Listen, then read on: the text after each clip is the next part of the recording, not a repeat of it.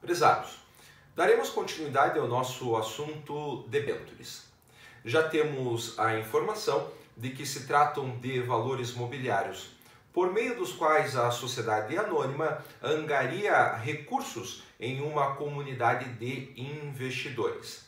Via de regra, tem um prazo extenso, 8 a 10 anos, talvez até mais, depois dos quais a sociedade devolverá a quantia então amealhada ao debenturista, via de regra acompanhado de um juro, uma correção monetária, uma remuneração descrita lá na escritura de emissão.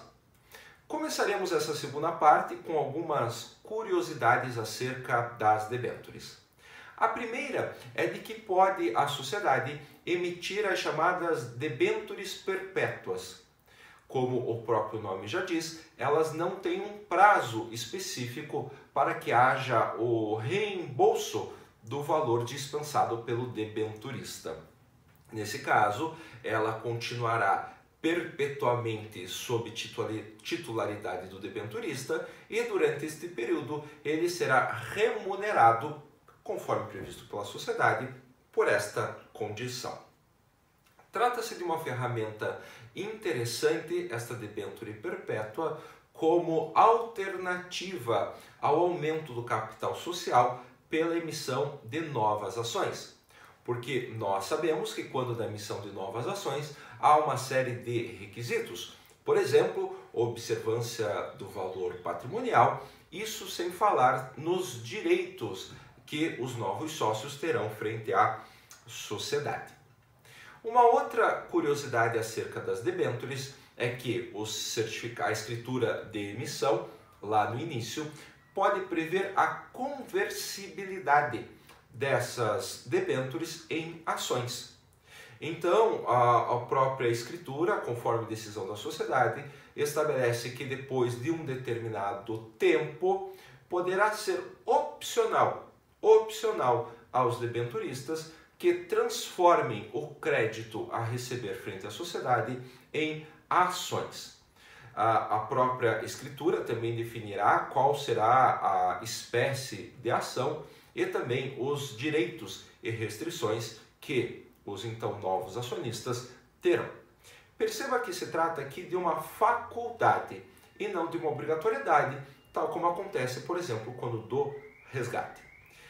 Para essas situações, inclusive, é interessante dizer que os atuais acionistas, quando há conversibilidade de ações, terão preferência para a aquisição de novas debêntures, na expectativa de que, depois de tanto tempo, o valor a ser recebido da sociedade seja transformado em crédito para subscrição de novas ações. É interessante, inclusive, que quando os debenturistas eles têm a possibilidade de conversão em ações, eles, de certa forma, exercem um determinado poder político na sociedade. Especificamente nas situações de mudança do objeto da sociedade, de criação de novas ações preferenciais ou de mudança dos direitos destas, os debenturistas também terão direito a voto perante a sociedade, caso conversíveis em ações. Ok. Dito isso, nós partimos a um outro raciocínio que diz respeito a efetivamente como que se opera a emissão de debêntures. Bom, essa decisão podemos dizer que cabe à Assembleia. Trata-se de uma Assembleia de sócios, de acionistas, que delibera pela emissão de debêntures para capitalizar esta sociedade. É também a Assembleia que estabelece o preço de emissão, qual que será o valor angariado, se há ou não há conversibilidade em ações, se existirá ou se não existirá resgate, qual então será a remuneração para essas debêntures e assim por diante. É óbvio que a Assembleia pode deliberar pela emissão de debêntures e delegar maiores detalhes, por exemplo, no que diz respeito ao preço de emissão, ao conselho de administração, quando existente. Tá? Há a possibilidade também de, nas companhias abertas, que toda decisão de emissão ou não de debênture seja delegada ao próprio conselho de administração, conforme a sua conveniência. Uma vez decidida, então, pela emissão de debêntures, nós temos que entender que a negociação dessas debêntures poderá se dar de maneira pública ou de maneira privada.